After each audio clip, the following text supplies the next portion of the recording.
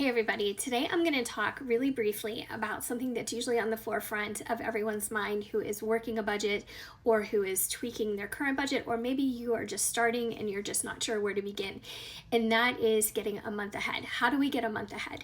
Now, I've been a month ahead in our bills since the pandemic and people were receiving stimulus money. So when we received our stimulus money, I went ahead and put that aside.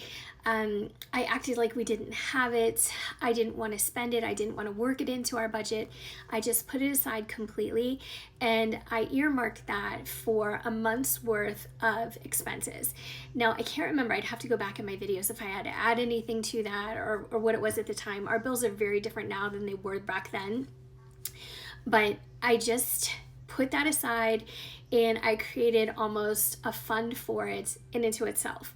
So that's basically what I'm recommending that you do. So if you are somebody who's interested in getting a month ahead and you have sinking funds already, or you're already saving for something, or maybe you're working Dave Ramsey's baby steps and you have already saved your $1,000 or you're working toward that, this might be something that you want to do first. Now, of course, this is just a suggestion. This is what works for me. But I think getting yourself a month ahead puts you in a much better position to reach your other financial goals, including that $1,000 savings and so on and so forth. So getting a month ahead does a couple things. It gives you a little bit of breathing room so you're not living so tightly paycheck to paycheck.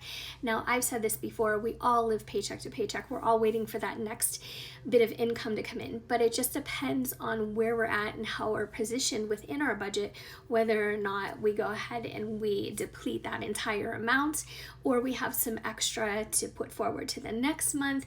It's all different. Everybody's budget is different. So what I suggest in doing is something that I'm calling a side step. So it's not really a baby step. It's not really a forward step. It's just a lateral step. You want to save an entire month's worth of bills. So that, by that I mean your fixed expenses.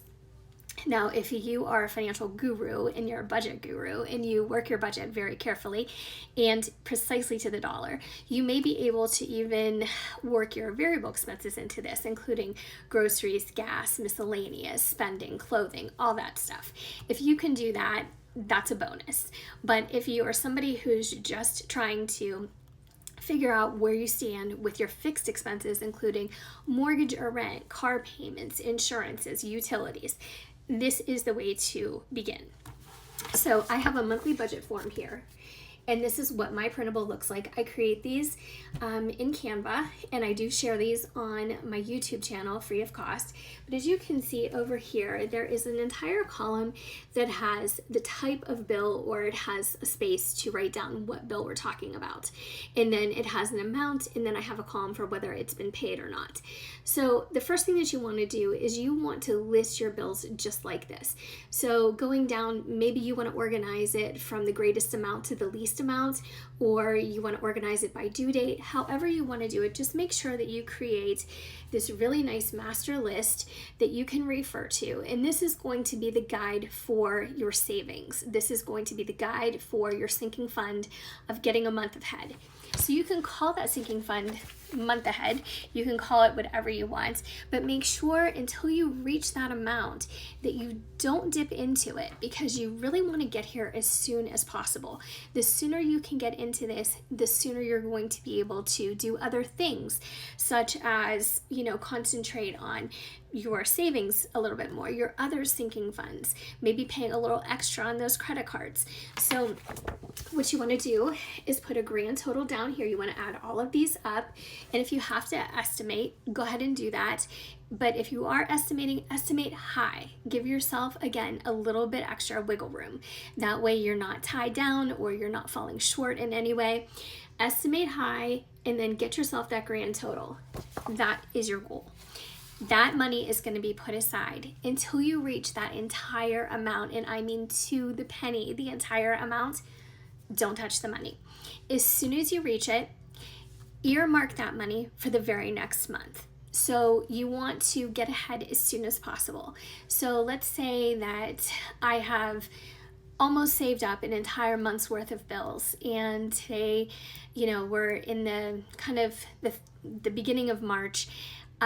What I would do is I would let that money sit there And right before June, if I reached my goal, I would pay all of June's bills. I wouldn't care about the due dates. Now, if you're somebody who doesn't like to pay without getting a statement first, or without being invoiced first, or you just want to pay on your due dates, that's fine. Put the money in a separate account. Don't mix it up with your other checking money.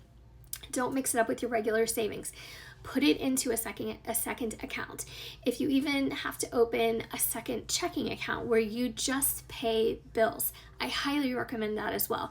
That way that money doesn't get mixed up with the money that you're using to live off of, to spend at the grocery store, to create your debits. You know, you don't want them to mix. You want this system to be unto itself and completely independent of everything else that you're spending and working on. So once you do that, pay all your bills, you're a month ahead. If it does nothing else but just give you a little bit of relief and a little less stress when it comes time to pay bills, you're already ahead of the game. Because part of the budgeting process and part of being a successful budgeter and a successful coach of your own money is reducing the stress that comes with debt, that comes with paying bills, that comes with seeing our income come in and go out just as quickly. So that is my recommendation. Sidestep your way to a month ahead and let me know how you're doing. Comment below if you're already a month ahead. Comment below if you're going to try this practice. I would love to hear your progress, and I would love to hear your questions, or if you want to pick my brain about anything else that I've done to get a month ahead and stay a month ahead, I would be happy to talk about that. And if you're interested in budgeting printables free of charge, just check out my YouTube channel.